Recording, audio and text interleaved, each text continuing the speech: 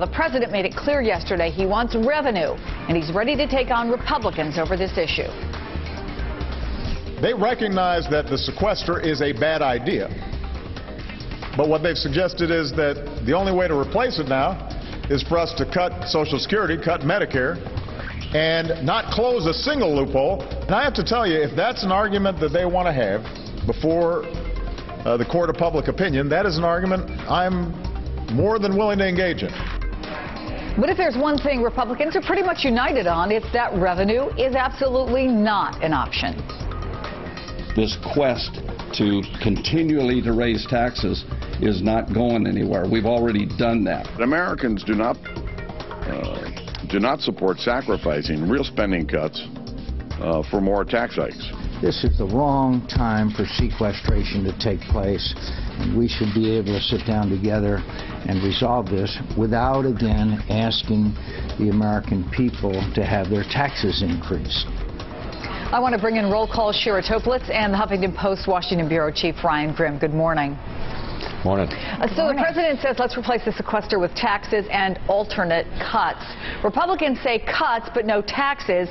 Is it clear, Ryan, who has the upper hand here? It's not entirely clear. Republicans certainly feel like they have the upper hand here, much more so than in the fiscal cliff. Around the time of the fiscal cliff, if nothing happened, taxes went up and Democrats had a clear advantage. This time, if nothing happens, spending cuts go into effect. So Republicans sort of think they have an advantage, but what's getting cut? The Pentagon is taking the brunt of these cuts. Certainly the commander-in-chief doesn't want that to happen, but there are a ton of Democrats who are quite fine with seeing Pentagon spending cut. So, it's sort of like nobody really wants it to happen, but both sides are sort of okay with it. To the point of who might have the upper hand, Charles Krauthammer wrote in the Washington Post this: Obama's bluff is being called, and he's the desperate party. What should Republicans do? Nothing.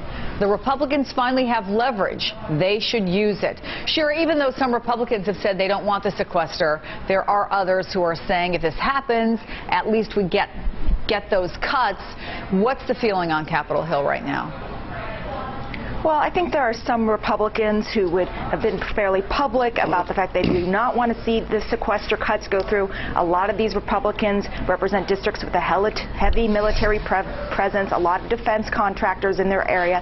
Generally, on the outside, Ryan is right. People are saying they don't want the sequestration cuts to go through, but they do see it as they're kind of preparing for it quietly, that this is going to happen. They view the president's offer for tax increases to try and make up for some of these cuts that are about to go through is null and void. They don't want to even talk about it with them. The CBO has weighed in on this. The Congressional Budget Office saying Tuesday that sequestration could cost 1 million jobs and send the country into another recession. And then in the New York Times, Paul Krugman makes this point: while it's true that we will eventually need some combination of revenue increases and spending cuts to rein in the growth of U.S. government debt, now is very much not the time to act.